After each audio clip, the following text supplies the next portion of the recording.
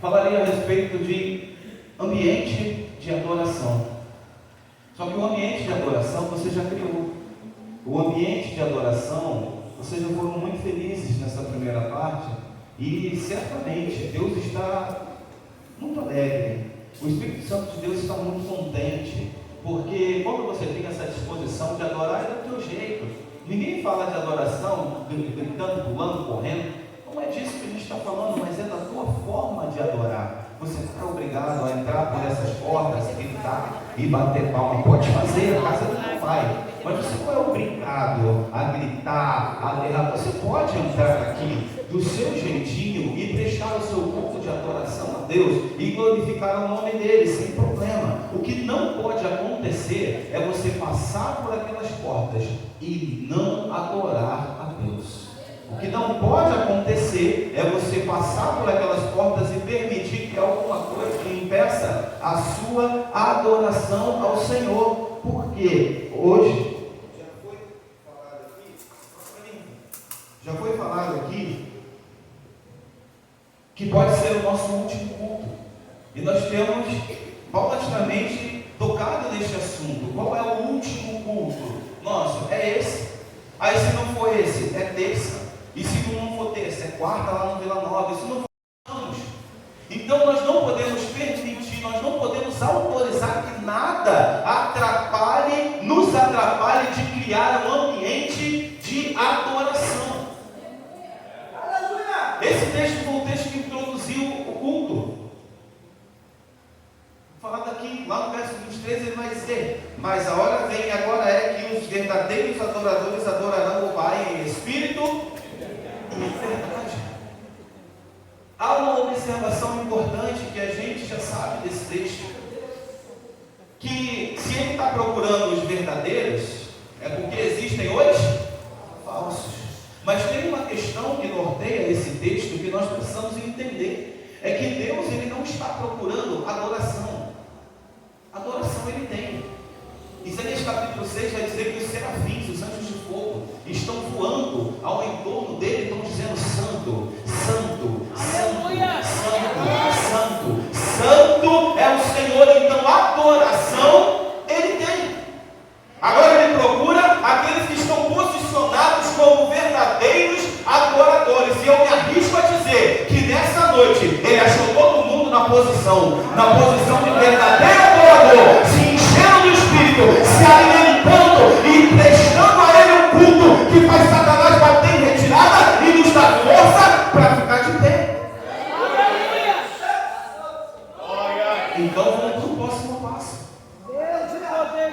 Depois que eu firmo no meu coração o desejo de ser um verdadeiro adorador e alcanço isso para a minha vida, o próximo passo agora é eu me desdobrar e firmar o meu passo e me aprofundar cada vez mais para que eu possa me tornar igreja.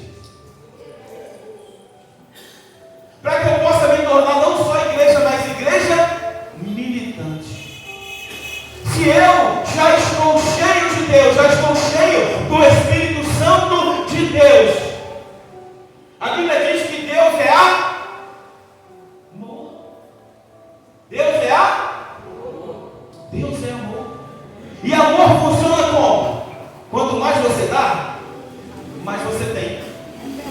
Quanto mais você dá, mais você recebe. Quanto mais você retém, menos você tem. Então, a partir do momento em que eu me encho do Espírito Santo de Deus, eu tenho que procurar, eu tenho que estar atento ao irmão que está do meu lado. Peraí, quem está com nível baixo aí? Quem está abaixo da metade aí? Quem ainda tem espaço aí? Eu vou transportar, eu vou dividir contigo e volto lá em cima para buscar mais. Eu dou um abraço nenhum e deixo um pouco com ele. Eu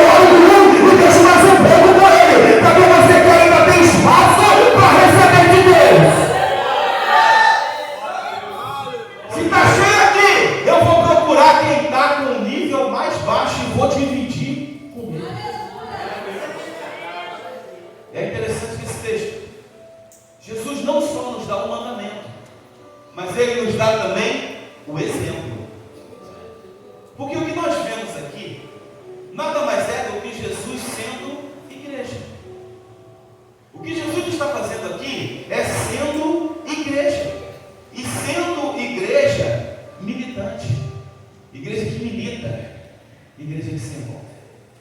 O pano de fundo desse texto que você conhece, depois do fim, chegando no fim do ministério do profeta Samuel, Samuel vai ser o último dos juízes. Então, porque ele tenta instituir os seus filhos como juízes, e a nação vai dizer para ele: Samuel, você a gente conhece, você anda com Deus, você a gente já sabe, mas teus filhos não seguiram os mesmos passos que você, então com os teus filhos a gente não vai. Aí Samuel vai falar com Deus e volta para o povo, e o povo vai dizer para ele: Samuel, os teus filhos a gente não aceita. Samuel, vocês querem que eu faça o quê? Faz o seguinte: institui um rei sobre nós, trata a gente como trata todo mundo, trata a gente da mesma maneira que os lá de fora são tratados, porque só a nação de Israel que vivia em uma teocracia, onde Deus que conduzia o povo. Agora o povo pede: ei, dá um rei para a gente, trata a gente igual a todo mundo. Aí Samuel vai falar com Deus, Deus diz para ele: fica tranquilo, Samuel, eles não estão rejeitando a você, eles estão rejeitando a mim. Institui Saul como rei sobre eles. Saul vai assumir o reinado, e nós vamos ter aí 40 anos de Saul, 40 anos de Davi, e em seguida 40 anos de Salomão, somando 120 anos de reinado unificado. Depois da morte de Salomão, o povo não se entende mais. O filho de Salomão não tem a mesma habilidade para estar conduzindo o povo. E o que acontece na nação? Intriga, desavença, disse, por fim, divisão. A nação, ela é dividida. Duas tribos vão para o lado do sul e formam o reino do sul com capital em Jerusalém. As outras 10 tribos vão para o reino do norte e formam em Samaria o reino do norte, capital Samaria. Quando chega 722 a.C., o reino do norte, ele é sitiado, ele é tomado pelos assírios. E ali, eles permitem uma miscigenação. O reino do norte nunca mais volta a tomar posse da sua terra. Então eles vão permitir ali uma miscigenação. O povo do norte começa a se misturar com os estrangeiros, e casam e se dão em casamento, aquilo que para o judeu tornava o povo impuro. Por conta disso, acontece uma divisão, uma racha entre o povo do sul, do norte, e o povo do sul. O povo do sul não aceita o povo do norte, e é por essa razão que eles o chamam de cachorro, porque cachorro não respeita a raça. Você colocar um poodle e um pinche, um macho e uma fêmea junto, daqui a pouco você vai ter uma surpresa. Então, cria essa racha. 586 depois de Cristo. Agora o reino do sul, quem é sitiado, e agora por Babilônia. Eles ficam 70 anos na Babilônia, e quando eles voltam em 3 levas. A primeira leva volta sob a liderança de Zorobabel, com a função de reconstruir o templo. A segunda leva volta sob a liderança de Esdra, com a função de reconstruir a estrutura política e literária. E a terceira leva volta sob a liderança de Neemias, com a função de reconstruir os muros da cidade. Quando Neemias está reconstruindo os muros da cidade, você conhece a figura, Sanbalate, Tobias e Gesem.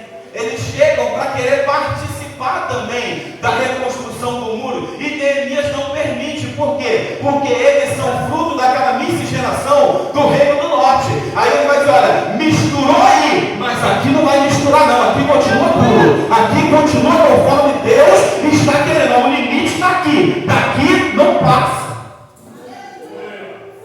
E agora cria-se praticamente uma parede entre os judeus e os samaritanos. E desde essa época, judeus e samaritanos cortam completamente as relações, de maneira que um judeu preferia dar a volta pela cidade para ir para Galiléia do que passar por dentro de Samaria. Nem dentro da cidade eles passavam.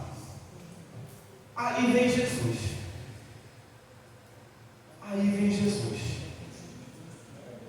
E eu quero olhar para você rapidinho, passo a passo desse texto, porque ver Jesus sendo igreja é um grande exemplo para a nossa vida. Porque uma coisa é eu dizer, vai lá e faz. Outra coisa é eu dizer, você quer fazer? É assim que se faz. Olha aqui para mim como é que se faz.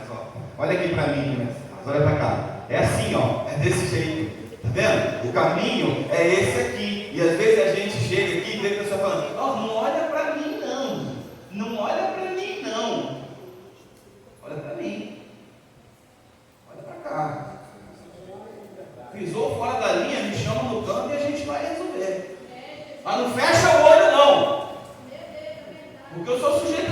mas onde? Eu sou pecador.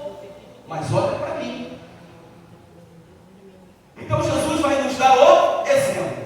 E aí o texto começa dizendo, olha, quando o Senhor entendeu que os fariseus tinham ouvido que Jesus fazia e batizava mais discípulos do que João, ainda que Jesus mesmo não batizava mais os seus discípulos, deixou a Galiléia e deixou a Judéia e foi outra vez para a Galiléia. Que ensinamento Jesus nos dá aqui? Você percebeu? Você percebeu? Na agenda de Jesus, na agenda celestial, ele tinha um encontro marcado na hora sexta em outra cidade. E ele fica sabendo que tem gente falando dele, tem gente ali que está levantando certos comentários. Comigo não. Eu sou crente, mas eu vou lá. Eu sou crente, mas eu bato na porta. Eu sou crente, mas eu boto de frente, porque eu não levo desaforo para casa. Aí Jesus, diante desse cenário, o que ele faz? Ele levanta e sai. Eu vou tocar a obra, eu não vou perder tempo com tititi, com picuinha, com bate-boca. Eu não vou perder tempo com fofoquinha, com intriga, com disse-me-disse. Eu não vou perder tempo falando de A, de B, reclamando de C ou de D.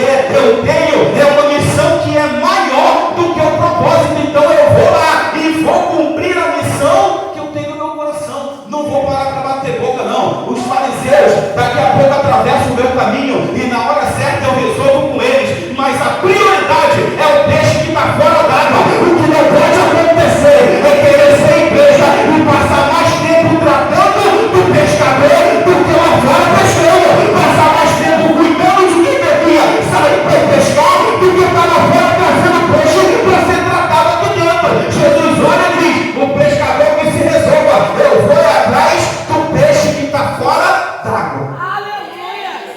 A prioridade é quem está lá fora. Vaidade é uma outra história, tititi é uma outra história, picuinha é uma outra conversa. A prioridade é quem está lá fora. Depois a gente conversa, depois a gente se acerta. A prioridade é o peixe que está fora d'água. Isso é segredo. Aí o texto vai dizer, e era necessário passar por Samaria. E outra vez aqui, porque o Jesus que me foi apresentado e que eu conheci até agora, ele não tinha necessidade. Jesus não tinha necessidade. Ele tinha as fisiológicas como ser humano. Agora, necessário passar? E aí você vai em Lucas 19:10 e você entende que lá o texto diz que ele veio para buscar os perdidos. Então a necessidade não era de Jesus, era da obra. A necessidade era do propósito. Talvez Jesus, eu quero pensar assim, talvez Jesus pode ter escutado um coração pulsando, dizendo, Senhor, meu Deus, eu não aguento mais essa vida, eu não aguento mais ter que ficar andando de cabeça baixa, eu não aguento mais ter que ficar andando escondida, eu não aguento mais ter que ficar dando explicação, as pessoas olhando para mim de cara amarrada, eu não aguento mais viver à margem, eu não aguento mais não ser aceita, eu não aguento mais não ser recebida, eu não aguento mais não ser bem tratada. E Deus está escutando esse coração batendo e está dizendo, é de Samaria, vamos lá. É lá que está. O que importa? O coração que já não aguenta mais ser martirizado, não aguenta mais o diabo com o dedo na cara dizendo, você é isso, você é aquilo, você não sei o que lá. Ele vai escutar esse coração e vai dizer, é lá. Foi, pois, a uma cidade de Samaria, chamada Sicar, junto à idade que Jacó tinha dado a seus filhos, dado a seu filho José. E estava ali a fonte de Jacó. Jesus, pois, cansado do caminho, assentou-se assim junto à fonte, e era isso a hora sexta, meio-dia. Eu acho interessante aqui a forma como Jesus se porta como igreja nessa maneira aqui. Porque o texto vai nos dar uma observação. Vai dizer que ele está cansado. Ele está cansado no caminho. E não era hora de viagem, o sol está estalando. Aqui para a gente, meio-dia, é tranquilo, mas no Oriente Médio, um sol de meio-dia, a pessoa nem sai na rua. E ele está está cansado da viagem, daqui a pouco vem a mulher. Fora do horário, ninguém ia buscar água nesse horário. Vem ela com a caçambinha, acorda e aproveitar que não tem ninguém. Aí eu imagino a gente que às vezes bota as nossas necessidades à frente do necessitado, dizendo: pô, acabei de chegar, estou cansado da viagem, sol no cocorô, sentei um bocadinho aqui para descansar e a mulher já chegou. Espera um pouquinho para ver se depois ela volta. Amanhã eu resolvo com ela. Se ela vem sempre nesse mesmo horário, amanhã eu resolvo com ela. Estou cansado. Andei a dessa. Outro dia eu resolvo com ela. Outro dia a gente vê. O Jesus é fantástico. Quando a mulher chega, ele já vai criar uma conexão. Porque é a igreja que tem que se aproximar do mundo, gente. É verdade. A gente fica falando: o ímpio, o pecador tem que vir. O pecador tem que estar aqui dentro. Não, somos nós que temos que ir lá buscar. É verdade. Porque tem pessoas que se a gente não sair, eles não entram não. É Jesus quem vai criar a conexão. Ele está sendo igreja. É Ele quem vai chegar e vai puxar um assunto com ela. Você me dá um pouco d'água aí? E a mulher vai levantar a questão: como pode um judeu falar comigo que além de ser samaritano, sou mulher? Mas o próprio texto responde: os discípulos tinham ido comprar comida. Se os discípulos tinham ido comprar comida, só sobrou ela com condições de pegar água. Ela tinha a caçamba e ela tinha a cordinha. Só sobrou ela com condições de pegar água. Jesus queria estabelecer uma conexão. Depois que Jesus, mesmo não sendo mal recebido, olha a nossa vaidade gritando aí. Olha a nossa vaidade berrando aí. Se eu tomo uma resposta dessa, eu viro as costas e ela que se vira. Quem tem Jesus sou eu. Ela não quer? Vá queimar lá no fundo dos quintos. Olha a nossa vaidade aí. Eu vou cheio com o coração aberto para falar com a pessoa, oferecer Jesus, a pessoa me responde desse jeito, então a minha parte eu fiz, eu fui até lá. Mas não, Jesus procura um outro caminho. Vai dizer: se tu soubesse quem é que está falando contigo. Oh, aleluia! E eu acho interessante que quando Jesus vai apresentar Jesus para ela, ele sai para a terceira pessoa. Se você soubesse quem é, você pediria a ele.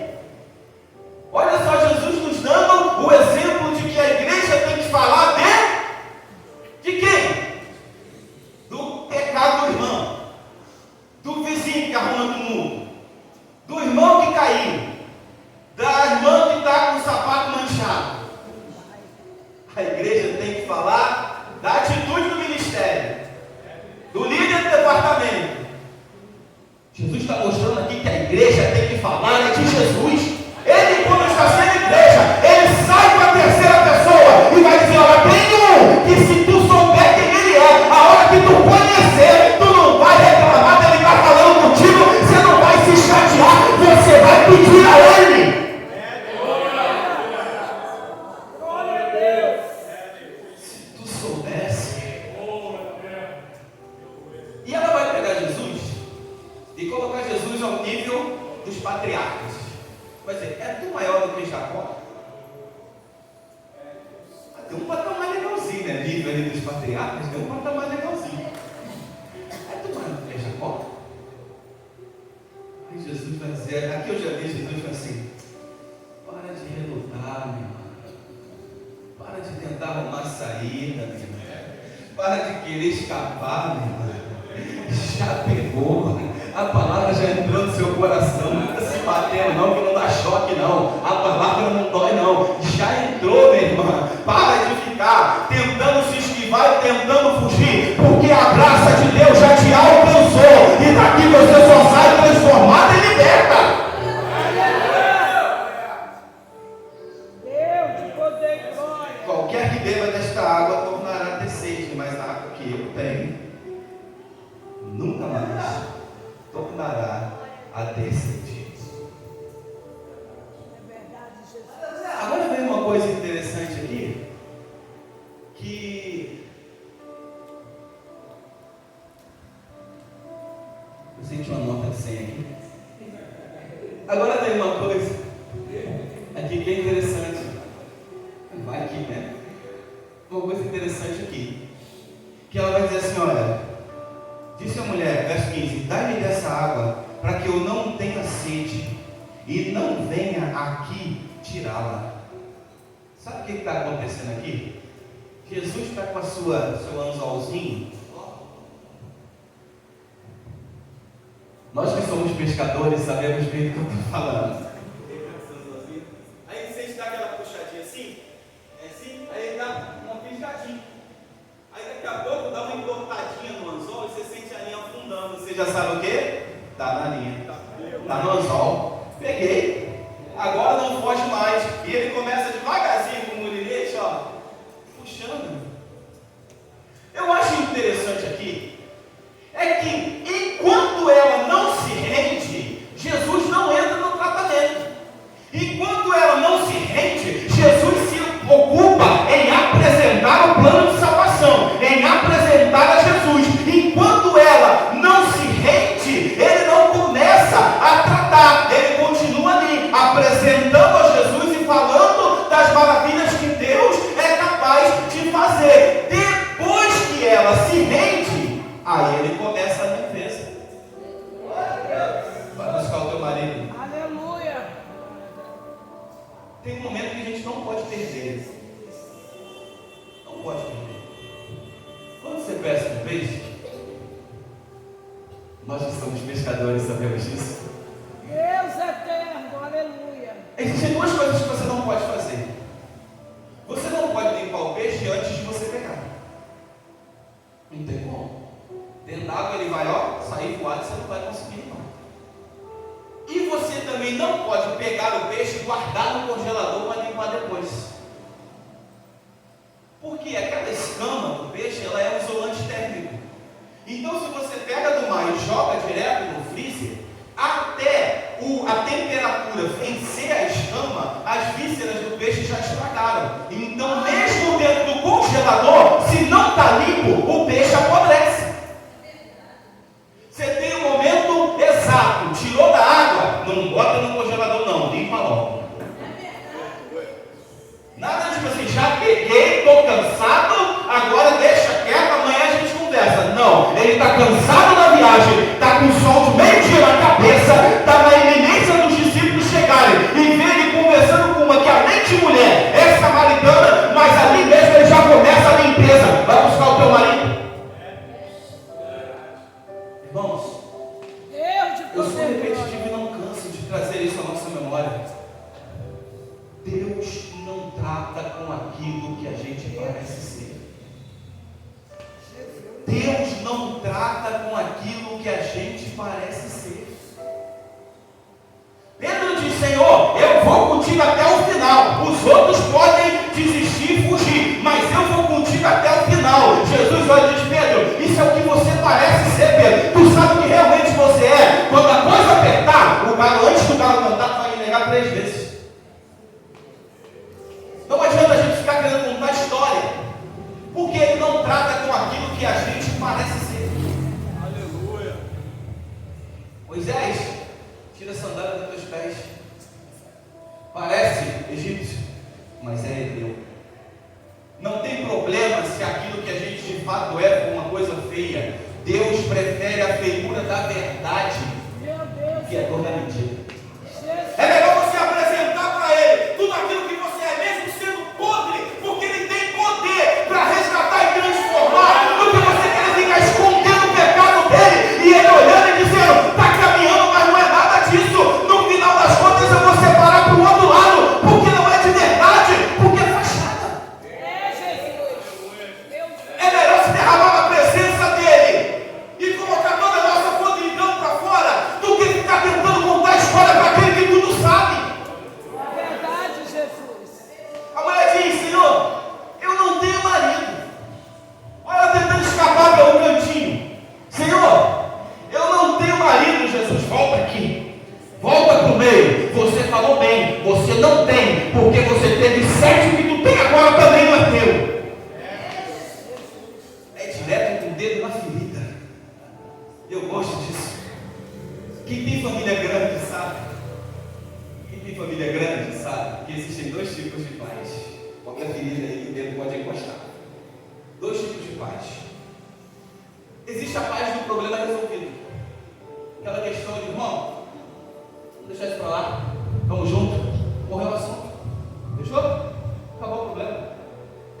paz do problema resolvido.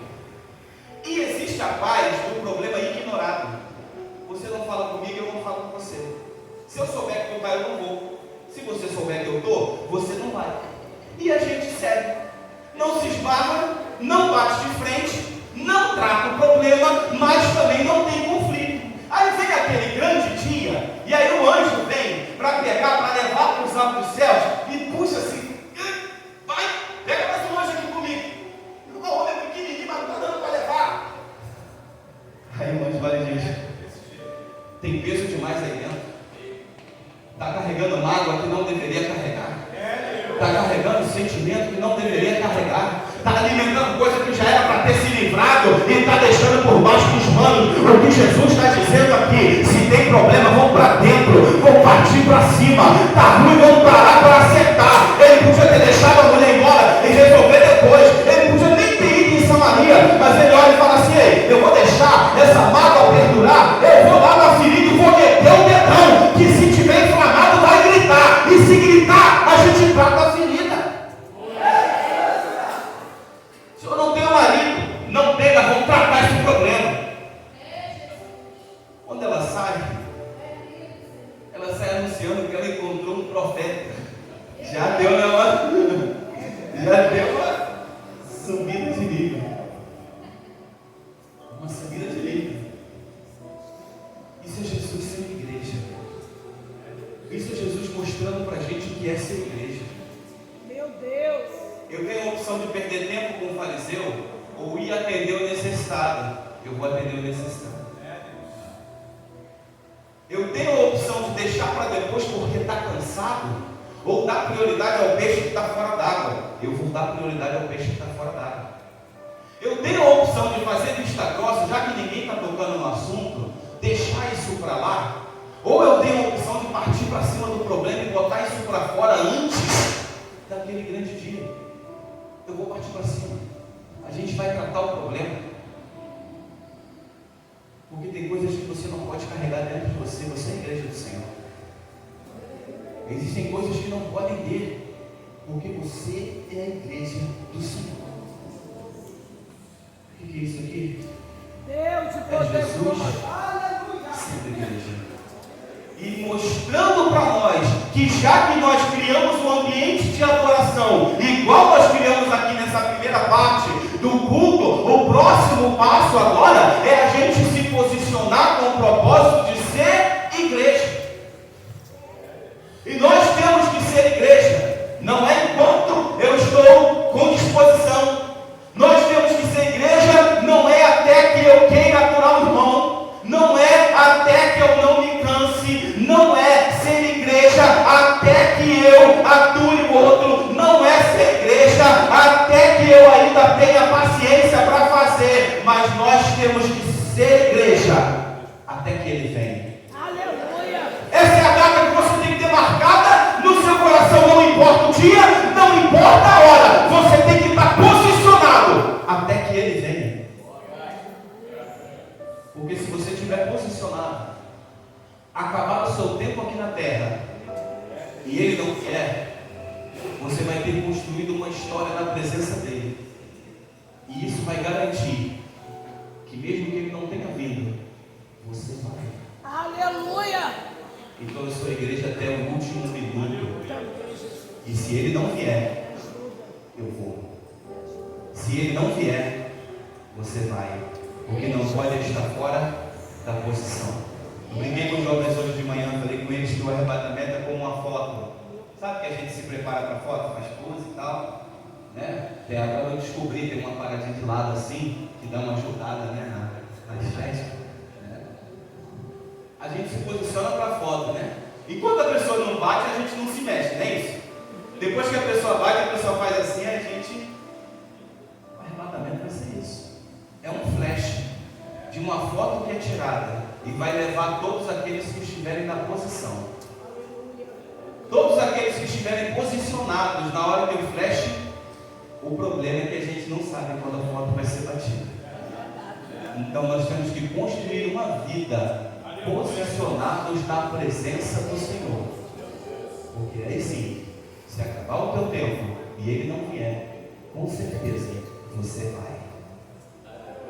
Você vai chegar em casa hoje, vai olhar no espelho e vai dizer: Senhor, qual é a distância que existe entre a igreja que eu sou hoje e a igreja que eu deveria ser? Qual é a distância que existe entre a igreja que eu sou hoje e a igreja que eu deveria ser? Vou repetir. Qual é a distância que existe entre a igreja que eu sou hoje e a igreja que eu deveria ser? Por que eu repeti 3 vezes? Porque até aqui eu vim com você. Daqui em diante é você e ele. Que Deus abençoe a igreja.